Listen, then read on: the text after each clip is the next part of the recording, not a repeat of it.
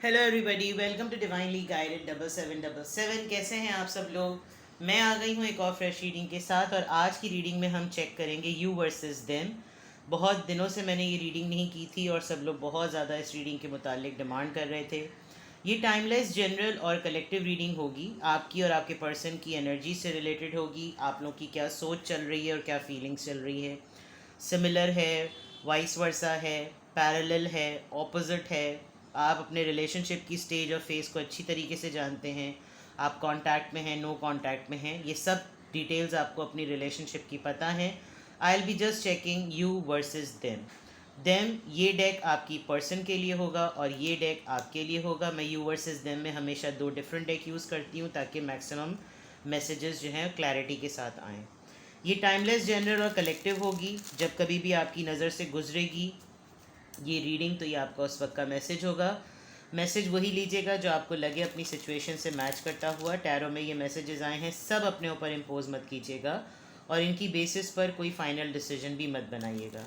हमेशा अपनी private reading लें, मुझसे लें या किसी और से लें, और जब आपको पूरी तसल्ली हो जाए कि आपने तमाम इन्फॉर्मेशन गैदर कर ली है तभी आप किसी कंक्लूजन पर या किसी फैसले पर पहुँचें।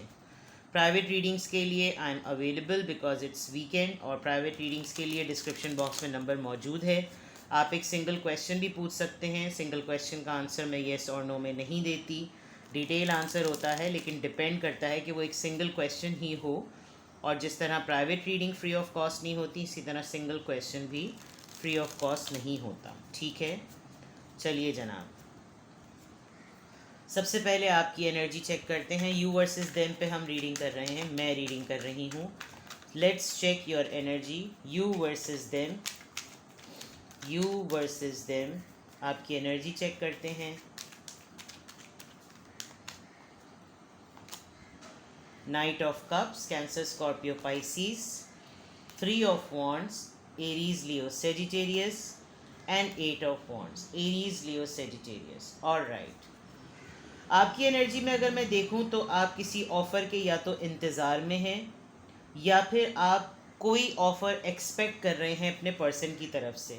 आपके पर्सन ने आपसे रिसेंटली कम्युनिकेट किया है with the eight of wands, लेकिन आपको उनके डिसीजन में कोई मूवमेंट नहीं नज़र आ रही, कोई मज़ीद एक्सटेंशन नज़र नहीं आ रही, कुछ एक्सपेंशन नज़र नहीं आ रही। With the three of wands it looks like कि आप किसी एक लॉन्ग डिस्टेंस रिलेशनशिप में भी हैं। And with the night of cups आपको लग रहा है कि जैसे आपकी तरफ अगर कोई ऑफ़र आ रही है तो उसकी कोई डायरेक्शन नहीं है, उसका कोई पर्पज़ नहीं है।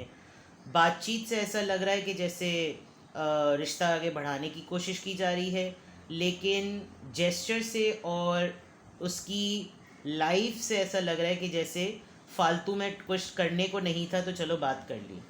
इंटेंशंस जो हैं वो इतनी ज़्यादा इंटेंस नहीं है। अगर तो दोबारा से रिलेशनशिप में पीस लाने की बात की जा रही है तो आपको ऐसा फील हो रहा है, आपकी एनर्जीज ऐसी आ रही हैं कि जैसे ये पीस मैं ही चाहूँ तो आएगा, क्योंकि सब चीज़ें मेरे कंट्रोल में हैं। अगर मैंने ये ऑफ़र एक्सेप्ट की तो मुझको ही 80% देना पड़ेगा, 20% पर्सन की तरफ से होगा। आप या तो किसी की अपॉलजी एक्सपेक्ट कर रहे हैं या कोई आपसे फोर्सफुली अपॉलोजेटिक बिहेवियर एक्सपेक्ट कर रहा है, जो कि आपको लगता है कि मेरा अपॉलजी करना कोई बनता नहीं है, कोई तुक बनता नहीं है। आपके कहीं ना कहीं जहन में, कहीं ना कहीं माइंड में एक ओपन कम्युनिकेशन रिक्वायर्ड है। आप चाह रहे हैं कि ओपनली बातचीत पहले हो, कुछ चीज़ें आगे बढ़ें तो बढ़ें बाद में, लेकिन पहले ज़रा पॉइंट पर आकर बात करो कि ये सब कुछ जो कुछ भी हो रहा है, आने वाले दिनों में जो होगा और जो अभी किया जा रहा है, इसके पीछे मकसद क्या है।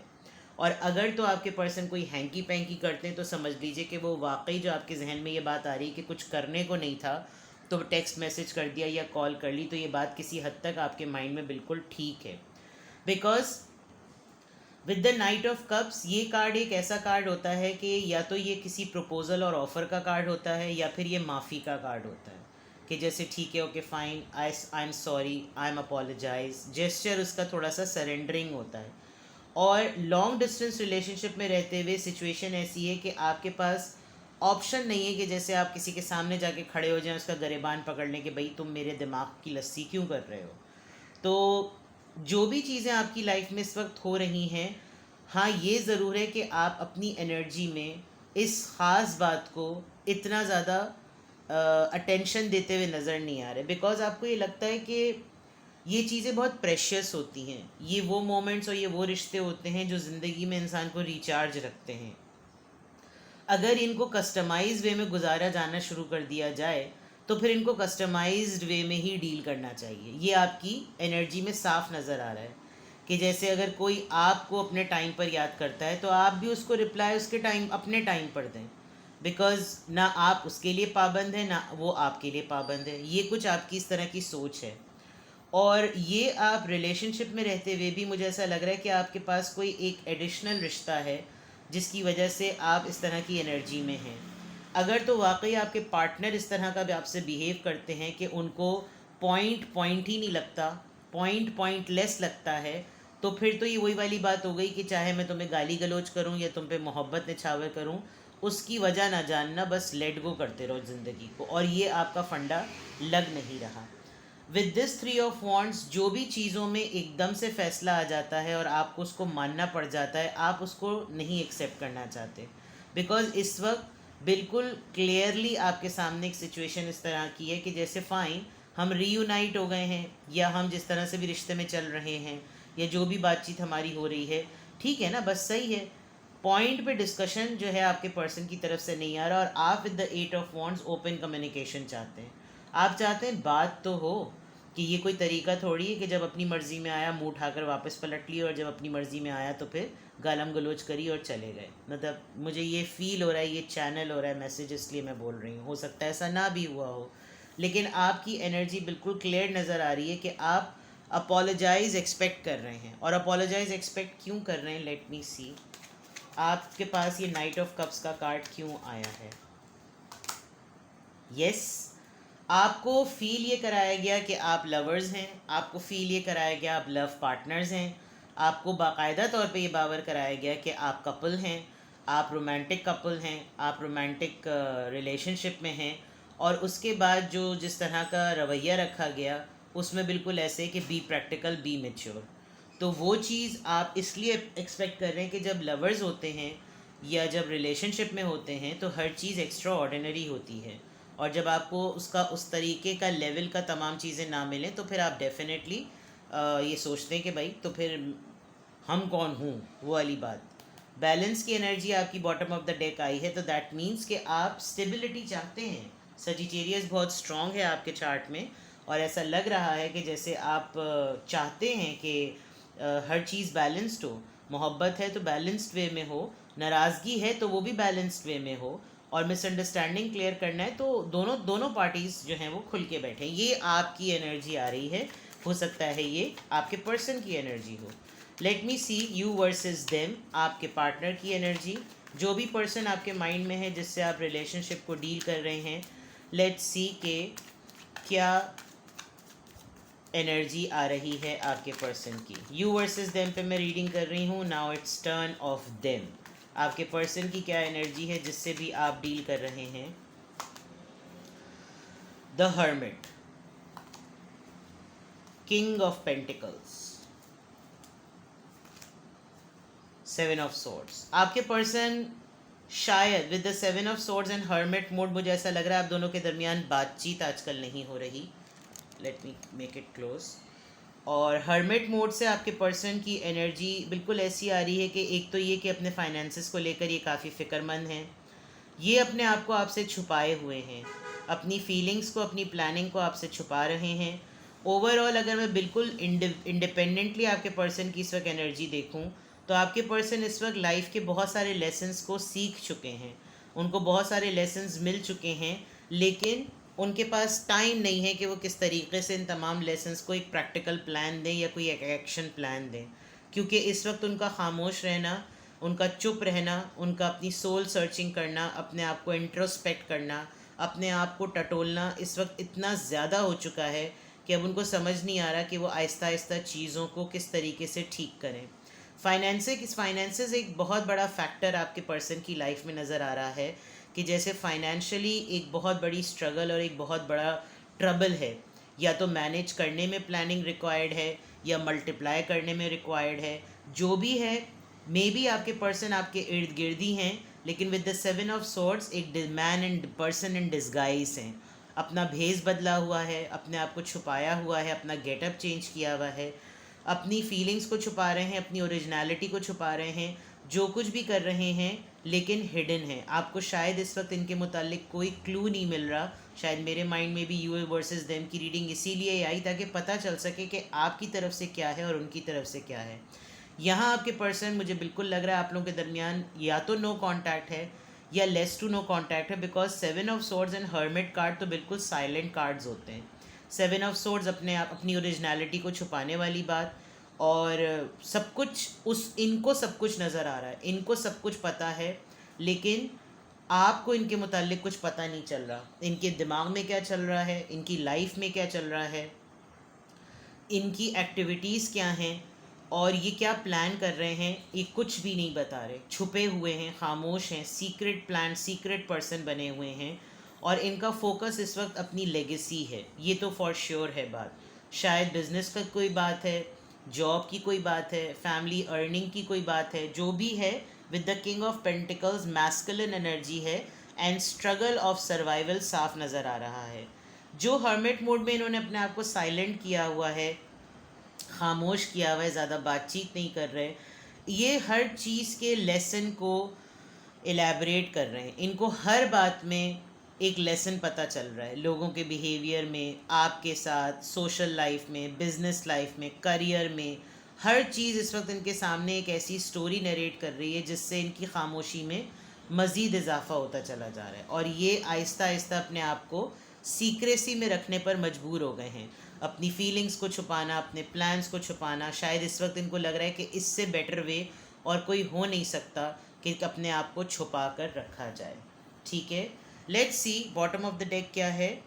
S of wands. ये अपनी लाइफ में आपके दरमियान या वैसे भी एक ब्रांड न्यू बिगनिंग चाहते हैं।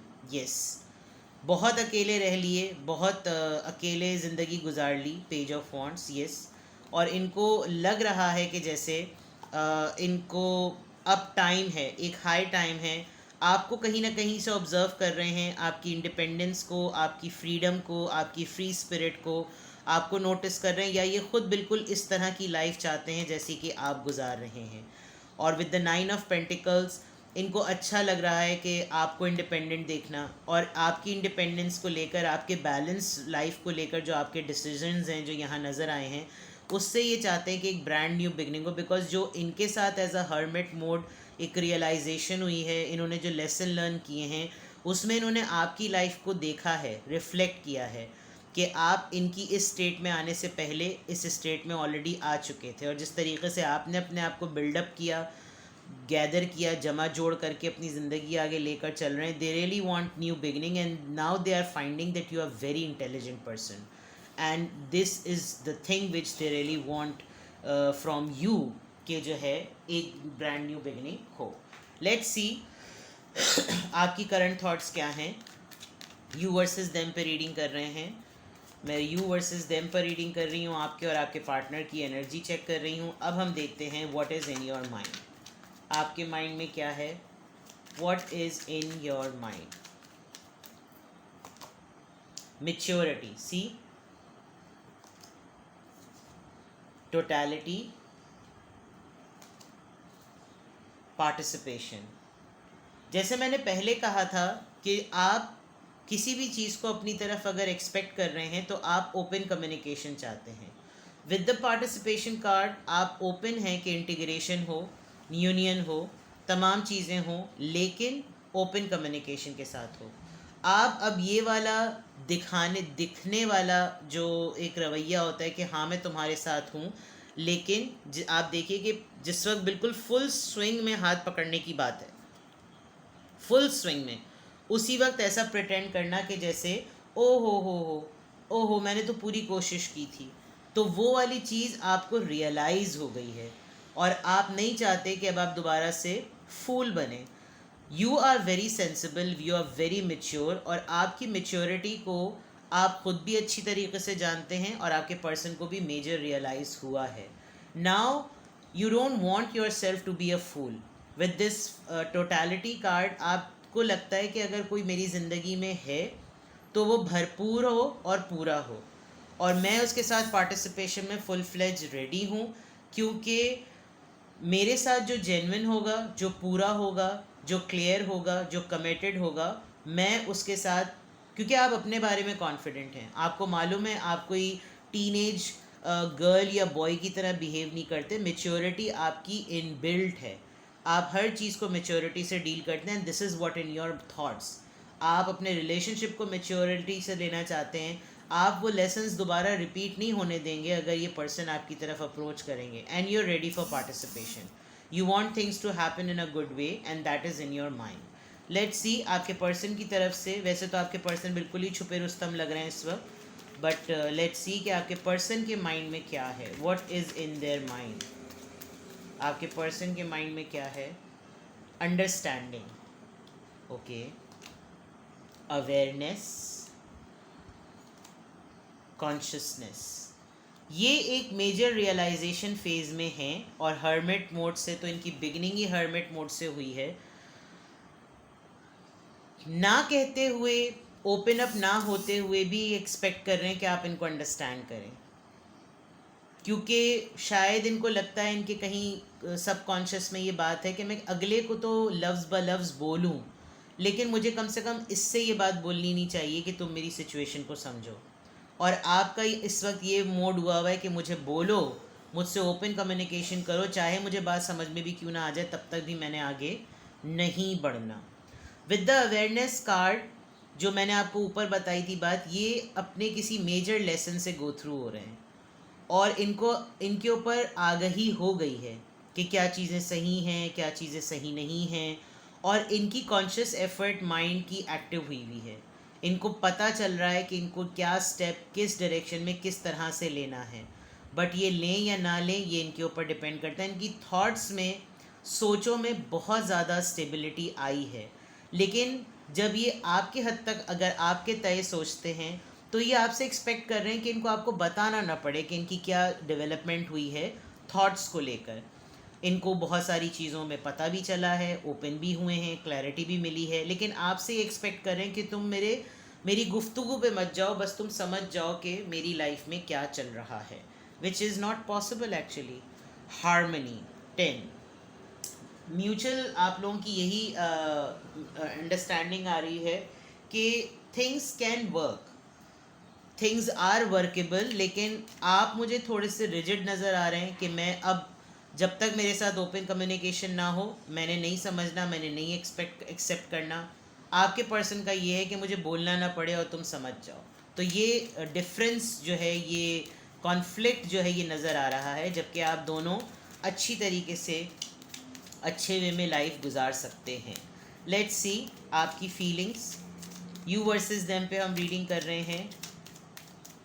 आपकी फीलिंग्स,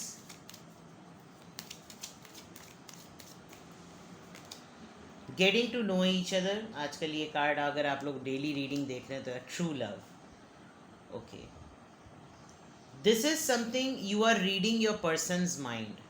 ये जो getting to know each other और ट्रू लव है, आपको पता है कि ये आपके पर्सन का जहन है, आपके पर्सन की ये फीलिंग है कि उनको ये अंदाज़ा हो गया है कि आप उनकी लाइफ का ट्रू लव हैं, बट आप चाहते हैं कि मज़ीद टाइम मिले। मैं अभी भी शायद सब कुछ जानते हुए नहीं सब कुछ जानता या जानती, ये आपकी सोच है या आपकी अप्रोच है। अभी भी आपको लगता है कि नहीं, जब तक मेरे साथ ओपन अप नहीं होंगे तो मैं क्लेम नहीं कर सकता या कर सकती कि हम दोनों एक दूसरे को बहुत अच्छी तरीके से जानते हैं।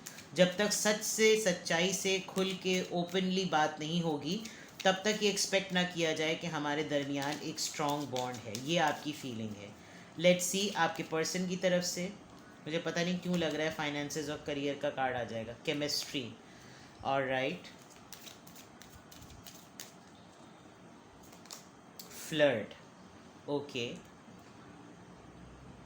आपके पर्सन की फीलिंग्स को अगर देखा जाए, या तो वो इस जेस्चर को मिस कर रहे हैं बहुत ज़्यादा, या इस वक्त उन्होंने जो कैजुअल एटीट्यूड आपके सामने अपनाया हुआ है, जिस पे आपकी रिजिडिटी नज़र आ रही है कि मुझसे ओपन कम्युनिकेशन करो, वो कर नहीं रहे हैं। आप सीरियस बात करने लगते हैं, वो आपके साथ फ्लर्ट शुरू कर देते हैं। आप टू द पॉइंट बात करना चाह रहे हैं, वो आपको अपने और एक दूसरे के रिलेशनशिप की केमिस्ट्री का या स्ट्रॉन्ग बॉन्ड का बताने लगते हैं। इसीलिए मैंने कहा था ना, ये आप अपने पर्सन का माइंड रीड कर रहे हैं। तो यहाँ पर उनकी फीलिंग्स में लॉट्स ऑफ फन है। एस ऑफ वॉन्ड्स का कार्ड भी शायद इसीलिए था कि ब्रांड न्यू बिगनिंग चाह रहे हैं, फ्लर्ट करना चाह रहे हैं, आपसे एक्सपेक्ट कर रहे हैं कि आप उनसे फ्लर्ट करें, उनके साथ लाइट एनर्जी में रहें। और जो टाइम आप लोगों ने एक साथ अच्छा सा गुजारा है जिसमें लव मेकिंग बहुत स्ट्रांगली हुई है, वो चीज़ डेफिनेटली वो चाह रहे हैं। म्यूचुअली आप दोनों दोनों के लिए यही बात है कि ऑप्टिमिस्टिक रहिए, हालात जैसे भी हों ज़िंदगी में, जिस तरह से भी चल रहे हैं, अपनी लव लाइफ को लेकर हम दोनों ऑप्टिमिस्टिक रहें, पॉजिटिव सोचें, और पॉजिटिव सोचेंगे तो फिर रोमांस जल्दी जल्दी अपनी एग्जिस्टेंस में आएगा। तो ये थी जनाब यू वर्सेस देम पर बड़ी डिटेल रीडिंग, बिकॉज एक पर्सन की रीडिंग करने बैठो तो वही 20 मिनट्स की हो जाती है। यहाँ दोनों की रीडिंग को कवर करने की कोशिश की, जिसमें एनर्जी चेक की, थॉट्स चेक की और फीलिंग्स चेक की, आपकी भी और आपके पर्सन की भी। तो कुछ भी आपसे रेजोनेट हुआ हो मुझे कमेंट सेक्शन में बताएं। एंड प्राइवेट रीडिंग्स के लिए I am available, it's a weekend, so I have 2 days to offer you. और वैसे भी मैं आपको वीकडेज़ में दे सकती हूँ, लेकिन वीकेंड्स पे मैं मल्टीपल डिफरेंट टाइमिंग्स पर रीडिंग प्रोवाइड कर पाती हूँ।